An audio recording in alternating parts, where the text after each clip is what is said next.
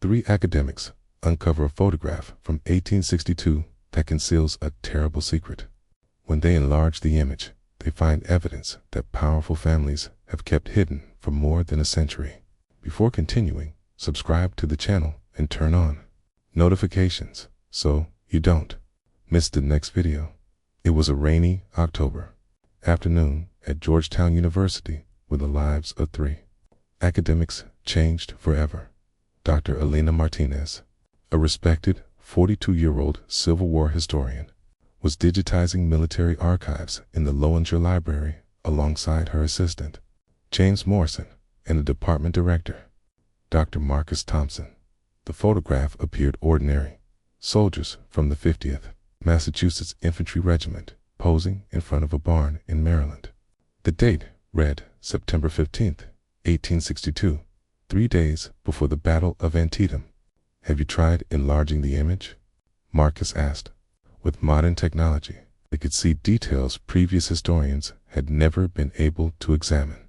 James began working with AI-powered image enhancement software. His fingers flew across the keyboard as he applied filters to increase the resolution of the century-old photograph. "This is incredible," Elena murmured as the image sharpened. "I can see the threads of their uniforms, the marks on their rifles." But when James zoomed in on the background, something in the barn's shadows began to form. What they had first assumed were farm tools revealed themselves as something far more sinister. Elena stood abruptly, her face draining of color. "My God," she whispered. In the barn's shadows, barely visible yet unmistakable, were human bodies, dozens of them stacked like firewood. Some were civilians, judging by their clothing. Others appeared to be disarmed Confederate soldiers. "This can't be real," Marcus said, his voice trembling. Silence filled the library. The Union soldiers in the foreground posed calmly, seemingly unaware of the evidence of massacre behind them. "It means," Elena said in a barely audible voice, "that we're seeing proof of something someone worked very hard to keep secret." None of them knew that their discovery had set events in motion that would reveal not only horrors of the past, but present dangers for those who challenge established historical narratives. The next day, Elena arrived early at her office, having barely slept. The images from the photograph had haunted her dreams. James was already there, holding coffee with his laptop open. "I spent all night researching," he admitted. "The records of the 54th Regiment for September 15th, 1862 show something strange." "What did you find?" "There's a gap. The regiment's daily records have a 6-hour blank for that date, as if pages were torn from the official log." Elena examined the documents. In her experience, Civil War military records were extremely detailed. James opened another file. "This is the most disturbing part. I found a letter from Corporal Timothy Walsh to his wife. Dear Martha, terrible things have occurred that I cannot describe. The colonel has ordered us not to speak of what we saw at the Miller barn. May God forgive us." The Miller barn.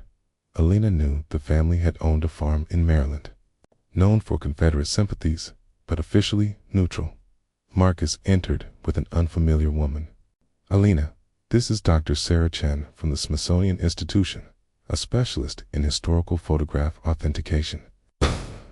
Chen spoke professionally. "I've conducted a preliminary analysis of the digital image, the photographic paper, chemical composition, grain patterns. Everything is consistent with 1860s techniques. That means it's authentic. The analysis strongly suggests so. However, I would need to examine the original photograph to be completely certain." Marcus exchanged a meaningful glance with James. "That's the problem.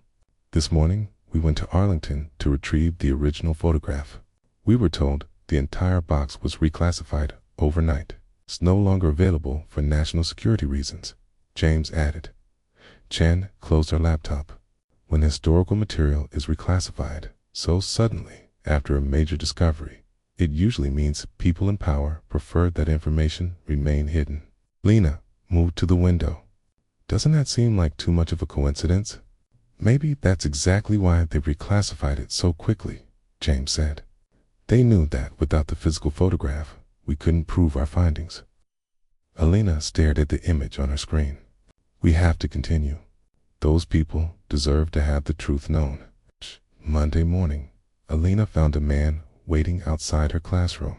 He was impeccably dressed, but intimidating dark suit, neatly combed gray hair, and calculating blue eyes. Dr. Martinez, he said calmly. I'm Richard Hu from the Department of Veterans Affairs. I'd like to speak with you about your recent discovery. Lena felt a chill. How do you know about that? When military material could affect the reputation of historical units. It's our responsibility to stay informed, he said, gesturing toward a bench. May we sit? I understand you found a photograph you consider significant, Hu continued, one that could be misinterpreted if taken out of context. As a historian, you know evidence must be interpreted carefully. What appears obvious may have other explanations when examined within the proper context.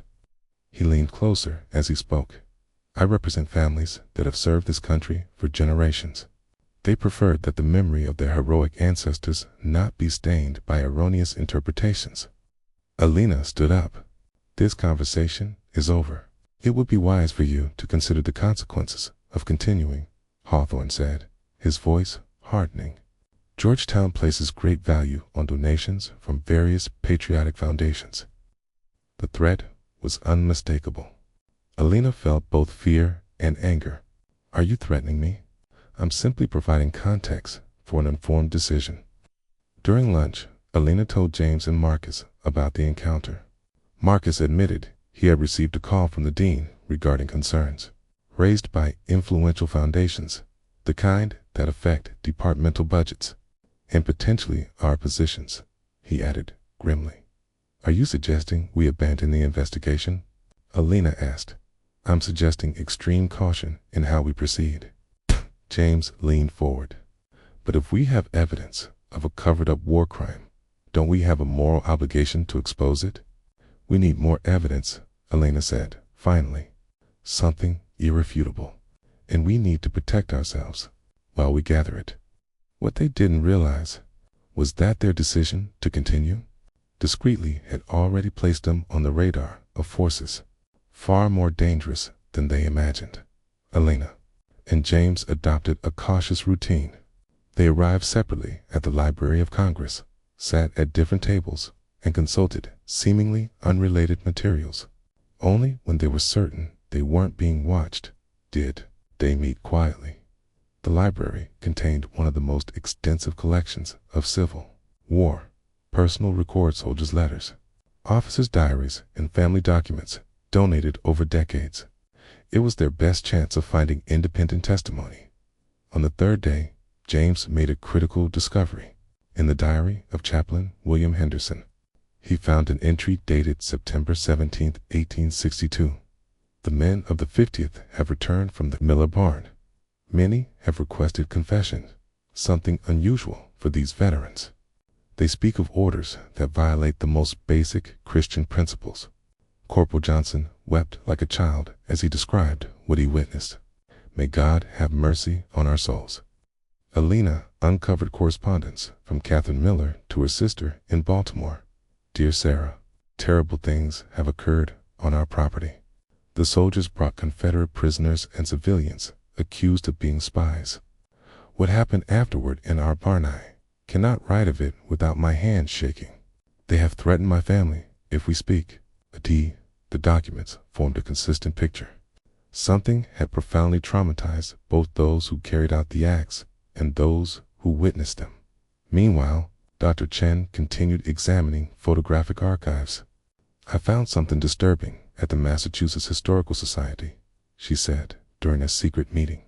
They had records of photographs of the 54th Regiment from the Maryland campaign, but all images from September 14th to 16th were removed when transferred to a private collection in 1923, with no record of which images or why.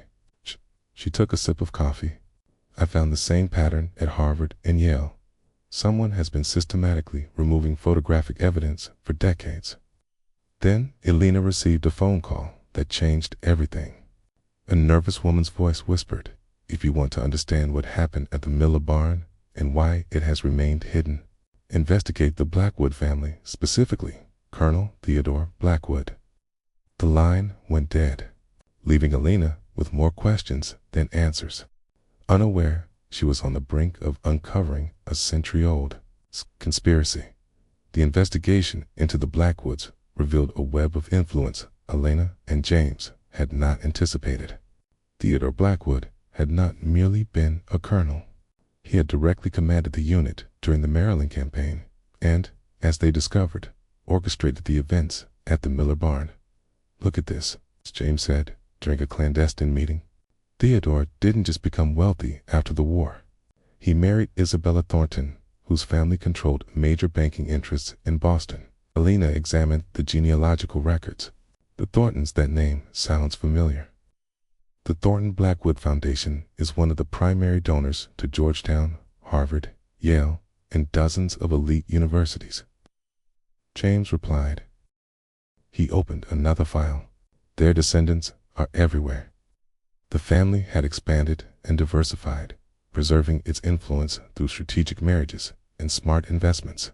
They held interests in media, philanthropic foundations, university boards, and several members had served in high government offices. "Do you see the pattern?" James asked. "Anywhere American military history can be studied, the Blackwoods have influence." Lena grasped the scale of it. This isn't just about protecting the reputation of a long-dead ancestor. It's about safeguarding a family narrative that has sustained their status for 5 generations. The most significant discovery came with evidence of a formal organization founded in the 1920s in Boston archives. Elena found meeting minutes from a historical preservation circle.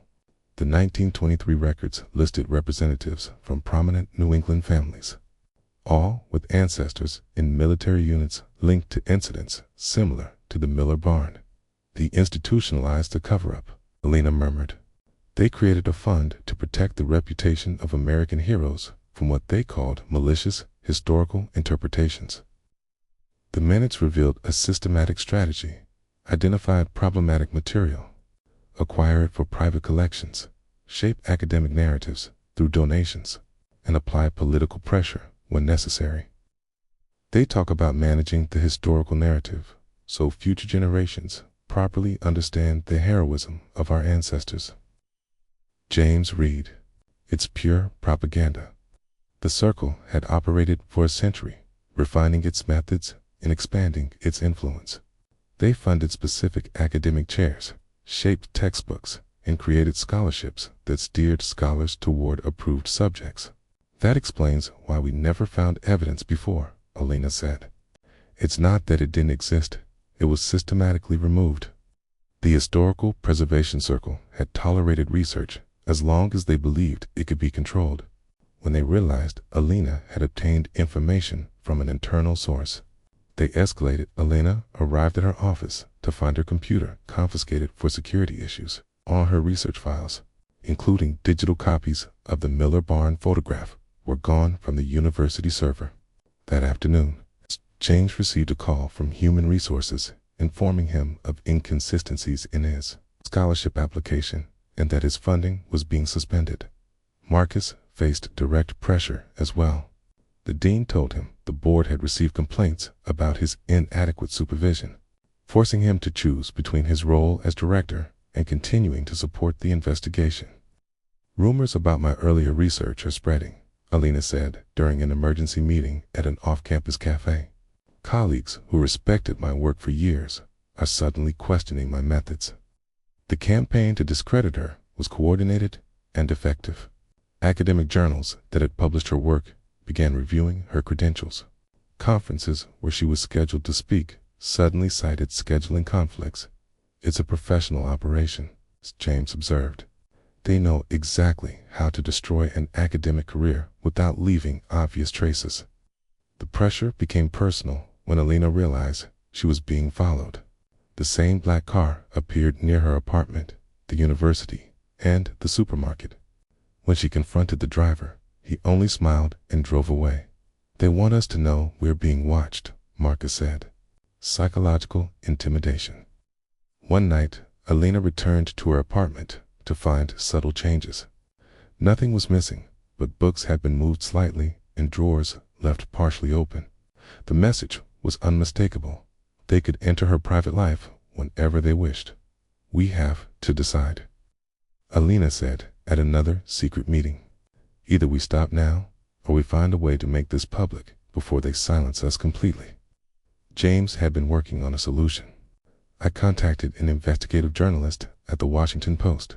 He's interested, but he needs more corroborating evidence. Can we trust him?" Marcus asked. "At this point, do we have another option?" Alina replied. "They can manipulate academic institutions. Maybe we need the power of the media to balance this." Decision to go to the press marked a point of no return in their struggle against forces that had operated in the shadows for over a century. The call came at 2:30 a.m., jolting Alina from a restless sleep. It was the same woman who had mentioned the Blackwoods, her voice now urgent. "Dr. Martinez, I know you're being pressured to abandon your investigation. We need to meet. I have documents that prove everything you've discovered and much more." Alina had expected the call, yet still felt uneasy. "Who are you?" "Someone who's been inside the circle for years and can no longer live with these secrets. Luna Caf tomorrow at 7 p.m. Come alone and bring a recorder." Luna Caf was a small spot in DuPont Circle, crowded with students and young professionals. Alina arrived early, chose a corner table, and waited. At 7:15, a woman in her 50s approached, brown hair, conservative business suit, and eyes heavy with long-held secrets. "I'm Margaret Thornton Hayes," the woman said as she sat down. "Great-granddaughter of Isabella Thornton Blackwood." Alina felt her pulse race. She was sitting across from a direct member of the family she had been investigating. "Why are you helping me?" Alina asked. Margaret glanced around nervously before answering.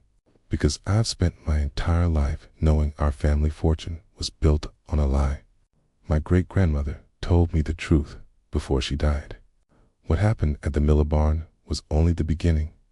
She opened her briefcase and pulled out a thick folder. "These are documents I've collected for years, private correspondence between circle members, minutes from secret meetings, and lists of historical materials they suppressed." Lena examined the papers, her hands trembling. There were letters discussing the Miller problem dated just months after the Civil War, detailed plans for managing the historical narrative, and lists of historians who had been discouraged from investigating certain subjects. "My family and the others have been rewriting history for 160 years, Margaret continued, "not only hiding the Miller barn, but dozens of other incidents, massacres of Native Americans, medical experiments on black soldiers, and summary executions of Confederate prisoners." "Why are you telling me this now?" Alina asked. "Because the Circle has decided you represent an existential threat. They're planning something beyond academic pressure." Margaret leaned forward. "There are precedents, Dr. Martinez." Lena felt a chill. "Other researchers who got too close to the truth." Margaret nodded. "Car accidents, sudden heart attacks, inexplicable suicides." She took Alana's hands. "I'm not being paranoid. I have documents showing how they've eliminated threats in the past." She pulled out another folder. "This is Professor David Hutchison from Columbia, 1987. He was investigating Union war crimes. He died in a skiing accident." "This is Dr. Robert Chen from Berkeley, T-1995. He uncovered evidence of medical experiments on Confederate prisoners. He died of a heart attack at 38, with no prior heart issues." Lena studied the files, her blood running cold. The pattern was clear. Researchers who neared the Circle's secrets, followed by convenient deaths. "What do you want me to do with this?" Alina asked. "Make it public before it's too late, but be smart. The Circle has unlimited resources and connections everywhere." Margaret stood to leave. "And Dr. Martinez trusts very few people." The Circle has informants in places you wouldn't expect. With Margaret Thornton Hayes' documents, Elena now had enough evidence to expose the Circle's century-old conspiracy, but she also knew time was running out. The escalating pressure and the implication of physical danger made every day critical. Elena, James, and Marcus began meeting in a different location each day, rotating between cafeterias, public libraries, and parks. They developed a basic security protocol: arrive separately, communicate using disposable phones, and never discuss sensitive details in enclosed spaces. The Washington Post journalist David Richardson had been reviewing the materials Elena provided. His background in investigating government corruption convinced him of their authenticity. "This is the biggest story I've ever worked on," Richardson said during a meeting in a Virginia park. "But I need independent verification before we publish. The Post can't afford to be wrong on something this significant." Elena had anticipated this. "I have a contact at the Smithsonian who can authenticate the documents. We can also obtain additional testimony from Margaret." But when Elena tried to reach Margaret 3 days later, her phone had been disconnected. Her listed address was an empty apartment, and no one at her supposed workplace had heard of her. "Do you think something happened to her?" James asked, visibly worried. "Either they're protecting her, they've silenced her," Elena replied grimly. The pressure on the team intensified. Marcus received formal notice that he was under investigation for misuse of university resources. James discovered his access to all academic databases had been revoked. Elena learned that her contract renewal was being reviewed by the tenure committee. "They're systematically closing every academic avenue for us," Marcus said during an emergency meeting. "Soon we won't have any platform left." Then Richardson called with urgent news. "The Post is ready to publish, but something strange is happening." This morning, the editor-in-chief received calls from 3 major advertisers threatening to pull their ads if we run what they called historically irresponsible material. Elena sank into her chair. "How did they even know you were working on this?" "That's the million-dollar question," Richardson replied. "Either we have a leak or they're monitoring our communications." Paranoia had become reality. The Circle didn't just control universities and archives. They had influence in major media outlets as well. "What options do we have left?" James asked. Elena considered the alternatives: the internet, independent blogs, social media, citizen journalism.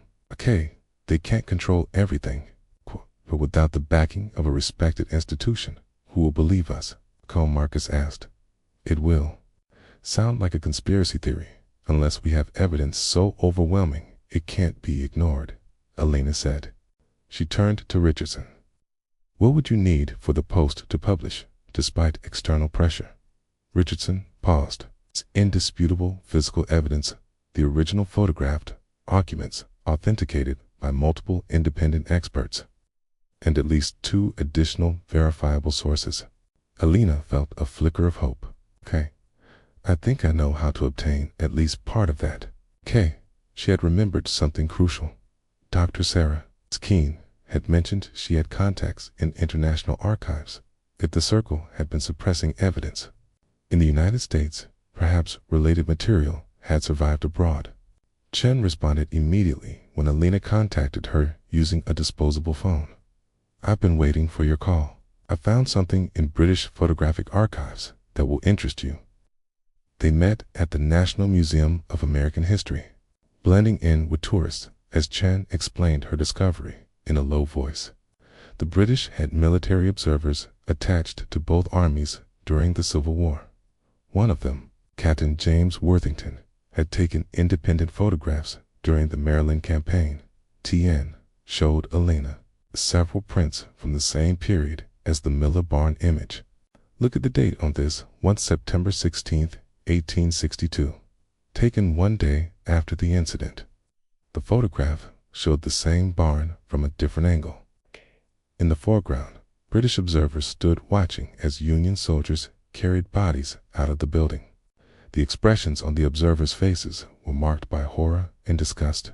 Worthington wrote, in his official report that he witnessed acts contrary to the civilized laws of war. Chen continued. His superiors ordered the report classified, but a copy survived in the War Ministry archives. Alina realized they finally had the independent verification they needed. "Can we get official copies?" "I already have them," Chen said with a smile. "And there's more." Worthington had also kept a detailed personal diary. It was devastating. He described not only the massacre at the Miller barn, but multiple similar incidents he witnessed while attached to the Union Army. He wrote of unofficial orders not to take prisoners under certain circumstances, KSAM experiments on wounded Confederate soldiers, and the systematic use of terror against civilian populations sympathetic to the South. "This changes everything," Alina murmured as she read. It wasn't an isolated incident. It was policy, with this independent British evidence. Richardson finally had what he needed to persuade the Post to publish, regardless of external pressure. But the Circle was not prepared to surrender easily. Selena, James, and Marcus prepared the final disclosures. Powerful forces mobilized for one last attempt to silence them. Alina received a final call from the woman whose voice had started everything. This time, Margaret sounded terrified. "They're going to do something drastic tonight. Leave town immediately." The line went dead, leaving Alina with an impossible choice: flee for her safety, or risk everything in one final push to expose the truth. Alina chose the truth. That night, while unseen forces moved in the shadows, she and her team worked relentlessly to ensure the story of the Miller barn would finally be revealed.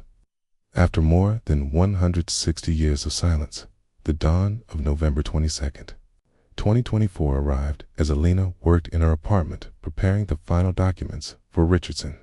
She heard footsteps in the hallway, moving quietly to the door. She looked through the peephole. Two men in dark suits were inspecting the locks on the other apartments. Alina knew the moment had come. She grabbed the backpack she had prepared, containing copies of all the documents and the memory card with the British photographs. She escaped down the rear fire stairwell. Just as she heard her front door being forced open, Alina went straight to the Washington post offices, where Richardson and his editorial team had been working through the night. At 6 a.m., the first version of the article was ready for publication. The expose revealing the Historical Preservation Circle, century-old conspiracy to rewrite American history, was released simultaneously in the Post's print and digital editions. The article included the original Miller barn photograph, independent British documentation, testimony from Margaret Thornton Hayes, and detailed evidence of the Circle's systematic cover-up. The reaction was immediate and explosive. Within hours, the story went viral on social media, and other media outlets began pursuing it. Academics nationwide re-examined their own archives, uncovering further evidence of historical manipulation. Most powerful of all was the public response. Descendants of families silenced for generations came forward with their stories. A man in North Carolina revealed family diaries describing similar massacres. A woman in Tennessee shared photographs her great-grandfather had hidden for decades. The Historical Preservation Circle attempted a coordinated defense, chewing statements, labeling the article irresponsible revisionism and an attack on American heroes. But the evidence was too extensive and too public to suppress. In the weeks that followed, congressional investigations were launched. The FBI opened inquiries into the Circle's activities. Universities began reviewing donation policies and examining how external influence had shaped their history departments. Alina, James, and Marcus were reinstated with formal apologies from Georgetown. More importantly, they received federal funding to establish the Historical Transparency Project, an initiative dedicated to reviewing American archives for evidence of systematic historical manipulation. The congressional investigation revealed that the Circle had been operating for 101 years, suppressing not only evidence of Civil War crimes, but also documents related to the Indian Wars, military medical experiments, and segregation policies in the armed forces. Their network of influence extended to more than 200 academic and cultural institutions. Margaret Thornton Hayes reappeared 3 weeks after publication, revealing she had been in witness protection after receiving direct death threats. Her testimony before Congress provided additional details about the circle's internal operations. "For the first time in my life," Margaret said during her televised testimony, "I can sleep knowing I'm no longer complicit in this massive lie." 6 months later, Alina found herself at the same barn in Maryland where it had all begun. It was now an official historical site, with a plaque honoring the memory of the victims of the September 15, 1862 massacre. The original photograph, finally declassified, was displayed in a museum dedicated to examining the darker aspects of American history. "Was it worth everything we went through?" asked James, who had been promoted to assistant professor and now directed his own research on historical manipulation. Alina looked at the memorial plaque, where the names of the identified victims of the Miller Barn were listed: Confederate soldiers, civilians suspected of Southern sympathies, and even some Union soldiers who had objected to the orders. "Look around you," Alina responded. These names were erased from history for 162 years. Their families never knew what had happened to them. Their descendants grew up believing they had simply disappeared during the war. Marcus, who had decided to dedicate his final years before retirement to the Historical Transparency Project, joined them. "We received more than 1,000 letters last week from people who found family documents that had been hidden for generations." Truth has a way of surfacing. The impact of the Miller Barn case extended far beyond American history. Other countries began examining their own archives for evidence of systematic manipulation. The case became an international study of how economic elites can influence historical narratives. Alina knew she had paid a high personal price. Her apartment had been destroyed. She had lived with fear for months and had lost trust in many institutions she had once respected. But she also knew she had participated in something greater than herself. "History is not just the past," she reflected as they walked back to their car. "It's also about who has the power to tell that history and what they're willing to do to protect their version of the truth." The sun was setting over the Maryland fields where, more than 160 years earlier, soldiers had posed for a photograph without knowing they were creating evidence of one of America's greatest secrets. Now, finally, that secret had been exposed. And the victims of the Miller Barn had found their voice after more than a century of forced silence. The Miller Barn photograph had become a symbol of the importance of preserving historical truth, no matter how powerful the forces trying to suppress it. And Alina knew her work had just begun.